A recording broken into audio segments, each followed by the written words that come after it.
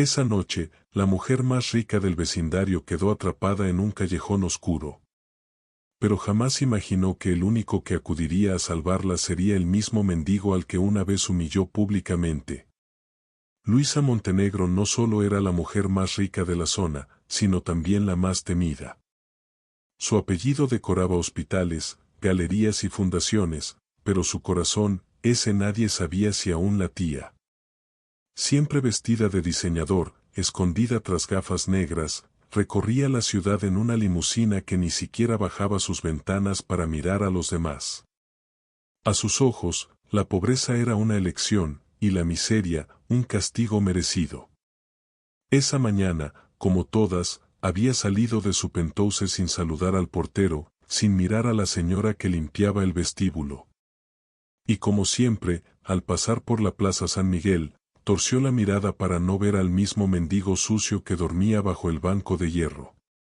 Se llamaba Jacinto. Pero para Luisa, no era más que ese oloroso. Una vez incluso, bajó la ventanilla para gritarle frente a todos. ¡Aléjate! Desprecias este barrio. Haznos un favor y desaparece. La risa de sus amigas aún resonaba en la mente del hombre, mucho después de que la limusina se perdiera entre los edificios. Aquella noche, sin embargo, todo sería distinto. Luisa volvía sola de un evento benéfico. Iba irritada, su vestido se había manchado con vino tinto y su chófer, por error, tomó una ruta equivocada. La limusina se detuvo repentinamente en una calle sin salida. El motor murió. Las luces parpadearon. Afuera, la niebla cubría los adoquines y las sombras parecían moverse por voluntad propia. «No puede ser», murmuró, golpeando el asiento con la palma abierta. El chofer salió a revisar el motor, pero desapareció tras la esquina. Luisa, molesta y algo preocupada, salió también.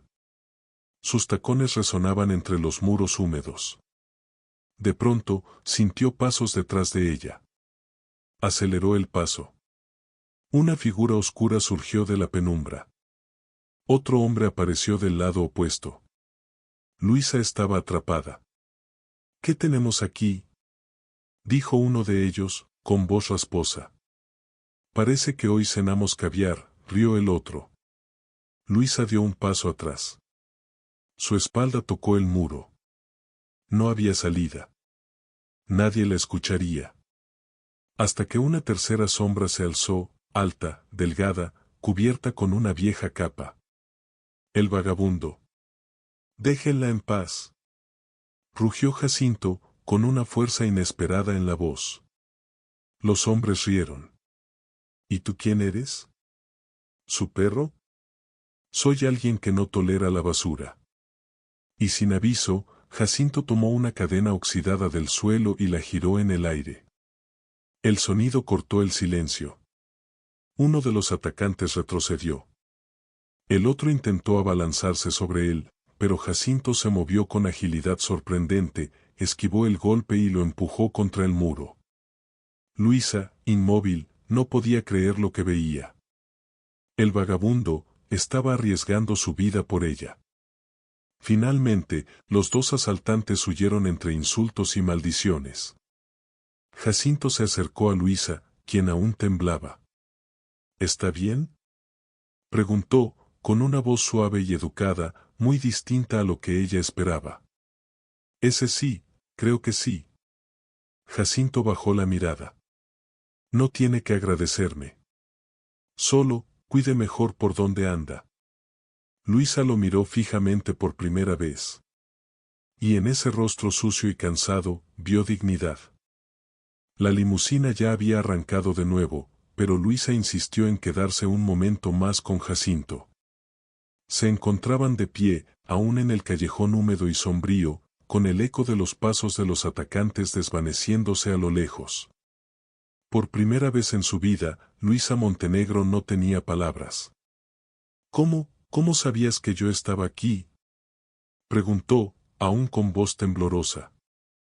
Jacinto la miró de reojo, mientras guardaba la cadena oxidada en una mochila rota. Porque siempre observo. Usted nunca nos mira, pero nosotros siempre la vemos. Especialmente yo. Luisa frunció el ceño. ¿Cómo te llamas? Y Jacinto. Jacinto Márquez. La mujer bajó la mirada, como si ese nombre despertara una extraña sensación en ella, una punzada en algún rincón olvidado de su conciencia. ¿Tú, siempre has vivido aquí? Desde hace 5 años. Justo desde que perdí todo. Jacinto comenzó a caminar hacia una esquina. Luisa lo siguió, como arrastrada por algo más grande que ella misma. ¿Qué perdiste? Preguntó con cautela. Una hija. Y con ella, el sentido de todo. El silencio que siguió fue pesado, casi sólido. Luisa se quedó quieta, sin saber si debía preguntar más. Pero Jacinto no esperó. Se agachó, levantó una lona sucia, y le mostró su mundo, un rincón oscuro, cubierto con cartones, donde una foto enmarcada era lo único que parecía brillar. Se llamaba Camila, dijo, mientras acariciaba la imagen con los dedos. Tenía 12 años cuando enfermó. Yo no tenía seguro, ni un buen trabajo. Trabajaba como guardia nocturno. Su tratamiento costaba más de lo que podía ganar en un año. Luisa tragó saliva. Sintió un nudo en la garganta. ¿Y qué hiciste? Jacinto apretó los labios. Vendí mi coche. Mi casa. Todo. Pero no fue suficiente. Un hospital privado me rechazó porque no podía pagar por adelantado. Camila murió en mis brazos. Frente a la puerta cerrada de ese lugar. Luisa se tambaleó como si le hubieran golpeado. ¿Qué hospital? El Montenegro. El mundo pareció detenerse. El mismo nombre. Su apellido. Su fundación. Luisa retrocedió un paso, como si el aire le faltara. ¿No puede ser? Jacinto la miró por fin, directamente. No había rabia en sus ojos, solo una tristeza densa, pesada, irreversible. Yo no la culpo, señora Montenegro. Pero tal vez, si alguien me hubiera escuchado ese día. Luisa sintió que el lujo en su piel se transformaba en ceniza. Esa historia la desarmó. Porque por primera vez, sintió que sus millones no habían valido nada. Y Jacinto, yo, no sabía. Claro que no sabía. Porque nunca preguntó. La mujer rica, que había humillado a tantos por su pobreza, se sintió la más miserable en ese instante. ¿Dónde dormiste esa noche? Aquí. Con el alma rota y una fotografía entre mis manos. Luisa cayó de rodillas, como si algo en su interior se hubiera quebrado. Lo siento. Lo siento tanto. Jacinto, sin decir palabra, simplemente extendió su manta para cubrirla. El mismo hombre al que ella había gritado desde su limusina, ahora la abrigaba. Usted tiene poder, señora Montenegro. Todavía está a tiempo de usarlo para algo más que su apellido. El viento sopló frío. Pero en ese momento, Luisa sintió esa noche, la mansión Montenegro estaba más silenciosa que nunca. Luisa, sentada sola en su despacho, tenía frente a sí la computadora encendida, pero no escribía, no respondía correos, no analizaba balances. Solo miraba fijamente la pantalla vacía, como si esperara que algo apareciera por sí solo. Su mente estaba en otra parte. En ese callejón. En ese hombre. En su voz, quebrada por el tiempo y la miseria. En esa fotografía sucia, con una sonrisa que alguna vez iluminó una vida, y que ahora solo era un recuerdo atrapado entre cartones húmedos. Jacinto. Ese nombre que antes significaba nada, ahora tenía el peso de toda su conciencia. Luisa se levantó, caminó hasta el archivo donde guardaba registros antiguos de la fundación. Comenzó a hurgar entre carpetas polvorientas, ignorando el hecho de que ese trabajo lo hacía siempre su secretaria. Camila Márquez. Camila Márquez. Y entonces lo vio. Una nota escrita con tinta azul, con fecha de hacía 8 años. Caso, Camila Márquez, 12 años. Solicitud de tratamiento oncológico. Rechazada por incumplimiento de requisitos financieros. El mundo se le vino abajo. Se dejó caer en la silla. Su vista se nubló. No por tristeza, sino por vergüenza. Esa política, esa frialdad, había salido de ella. De su firma. De su nombre. De su obsesión por no permitir que la fundación fuera abusada. Y por culpa de esa política, una niña había muerto. La hija de un hombre que solo pedía ayuda. Y que, años después, la salvó sin dudarlo. Se miró en el reflejo del cristal del despacho. Pero no se reconoció. No era la mujer elegante y respetada de las portadas. Era una sombra. Una estatua vacía construida sobre el dolor de otros. El amanecer llegó sin que se diera cuenta. Se duchó, se vistió con ropa sencilla, sin maquillaje, sin escolta, sin chofer. Salió de la mansión como una más entre la multitud. Por primera vez en años, caminó sola por las calles de su ciudad. El callejón seguía igual. O peor. La misma peste. Los mismos charcos. Pero Jacinto no estaba. ¿Jacinto? Llamó con voz temblorosa. ¿Estás aquí?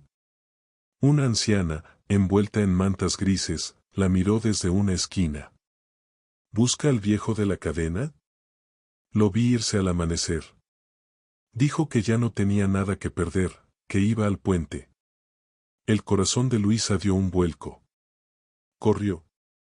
No pensó en los zapatos, ni en el lodo que salpicaba su pantalón blanco. Solo corría. Como si con cada paso pudiera alcanzar un pedazo de redención. El puente estaba vacío. O eso creyó. Y entonces lo vio. Jacinto, de pie, al borde. Con el abrigo abierto, el cabello al viento, y la fotografía de Camila apretada contra el pecho. Sus labios se movían, como si hablara con alguien, o se despidiera. Jacinto. Gritó Luisa, no lo hagas. Él giró lentamente. La reconoció de inmediato. Y por un segundo, la confusión cruzó su rostro. ¿Qué hace usted aquí? He venido, a escuchar lo que nadie escuchó.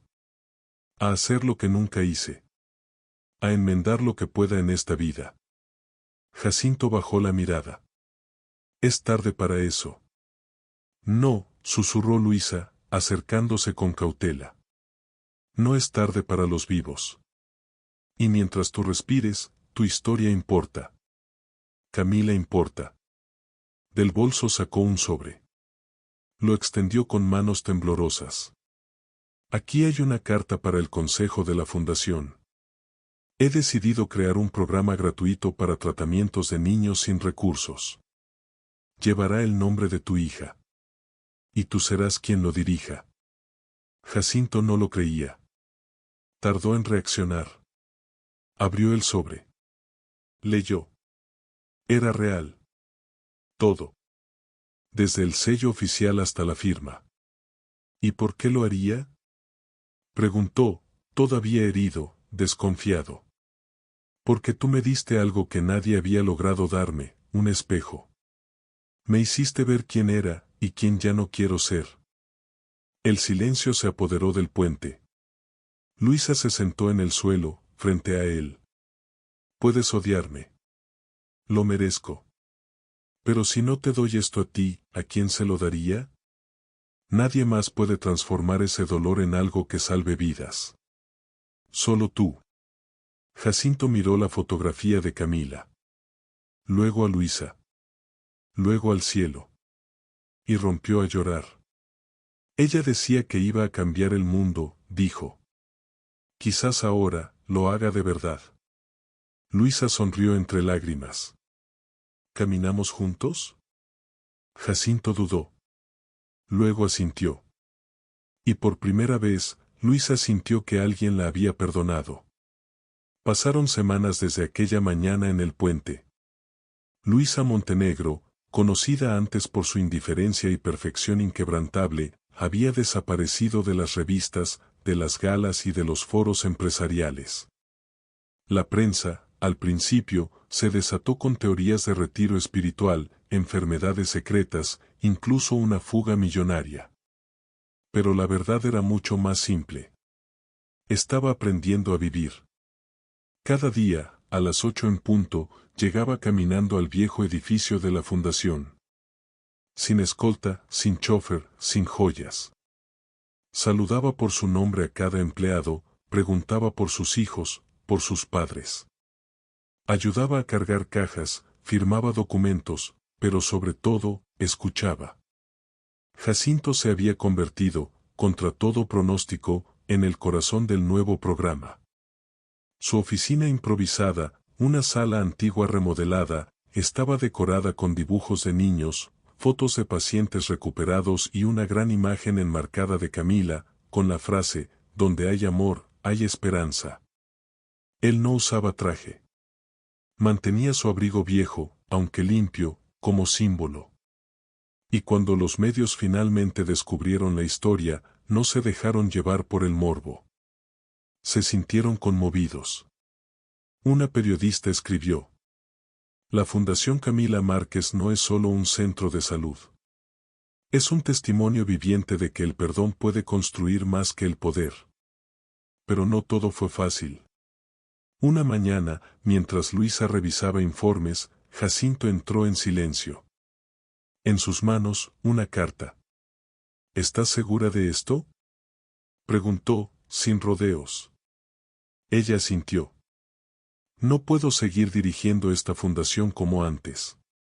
Necesita a alguien que comprenda el dolor, que haya tocado fondo y aún así haya decidido levantarse. Jacinto la miró con ojos húmedos. ¿Y tú? Yo, necesito buscar a más Camilas allá afuera. Esta ciudad está llena de niñas y niños invisibles. Quiero encontrarlos antes de que sea tarde. Se abrazaron. Fue un abrazo largo. Sincero. Casi familiar. Semanas después, Luisa apareció en una zona marginada de la ciudad, organizando jornadas de salud, entregando víveres, y leyendo cuentos a los niños. Las cámaras ya no la seguían. Pero las miradas sí. Porque su historia se había vuelto leyenda. 5 años más tarde. Una niña de unos 8 años, de cabellos rizados y sonrisa amplia, corría por los pasillos de la fundación. En su bata blanca improvisada con crayones, llevaba escrito, Doctora Camila. Abuelo Jacinto, abuelo Jacinto. Gritó, mostrando un dibujo, mira, hoy curé a 3 ositos de peluche. Jacinto, ya con el cabello completamente blanco pero el espíritu intacto, la levantó entre sus brazos. ¿Y qué tenían los ositos? Uno tenía miedo. Otro estaba solito. Y el tercero, extrañaba a su mamá. Jacinto sonrió. Una lágrima cayó, pero no de tristeza. De plenitud. Entonces tú tienes la mejor medicina del mundo. Luisa, desde la puerta, observaba la escena con el corazón apretado. Esa niña, adoptada por Jacinto años atrás, no llevaba su sangre, pero llevaba su nombre. Y su misión. Camila vivía. No en un cuerpo, sino en cada gesto de bondad que surgía desde el dolor. Esa noche, en el despacho de la fundación, Luisa escribió en su diario: un día menos de ego. Un día más de amor. Y aunque no puedo cambiar el pasado, cada niño que ríe hoy es una página que reescribo con el alma. Cerró el cuaderno. Apagó la luz. Y mientras caminaba por los pasillos silenciosos, no era la mujer más rica del vecindario. Era simplemente alguien que, al fin, había aprendido el verdadero valor de la vida.